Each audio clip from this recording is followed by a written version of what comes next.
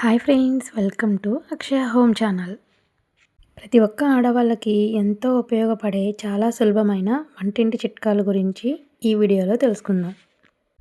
అల్లం తొక్క తీయకుండా ఫ్రిడ్జ్లో నిల్వ చేస్తే వారం రోజుల పాటు తాజాగా ఉంటుంది.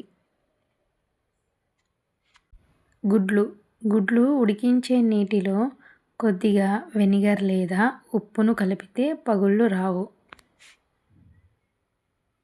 ఫ్రిడ్జ్లోని దుర్వాసనను గ్రహించడానికి ఒక చిన్న గిన్నెలో బేకింగ్ సోడా ఉంచండి. పిండి వంటలు.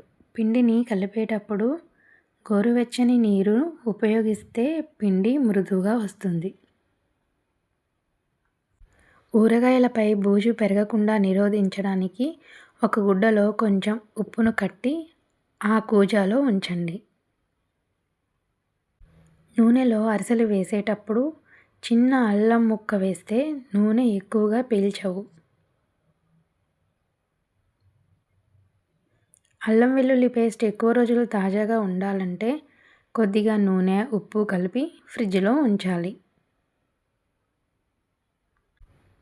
మిక్సర్ బ్లేడ్ను పదునుగా పెట్టడానికి మిక్సర్ జార్లో రాతి ఉప్పు వేసి దాన్ని నడపండి, అది పదునుగా మారుతుంది.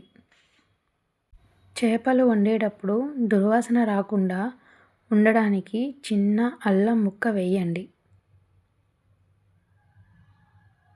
మునగకాయలు త్వరగా ఉడకాలంటే కొద్దిగా వంట సోడా వేయండి.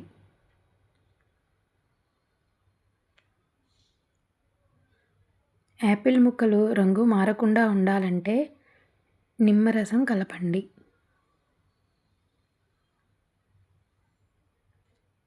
చింతపండు ఎక్కువసేపు ఉండదు కాబట్టి ఎక్కువసేపు తాజాగా ఉండడానికి దానిపై ఉప్పు పొరను చుట్టండి. పప్పు త్వరగా ఉడకాలంటే ముందుగా కొద్దిసేపు నానబెట్టండి. మరికొన్ని వంటింటి చిట్కాల కోసం మా ఛానల్ని సబ్స్క్రైబ్ చేసుకోండి.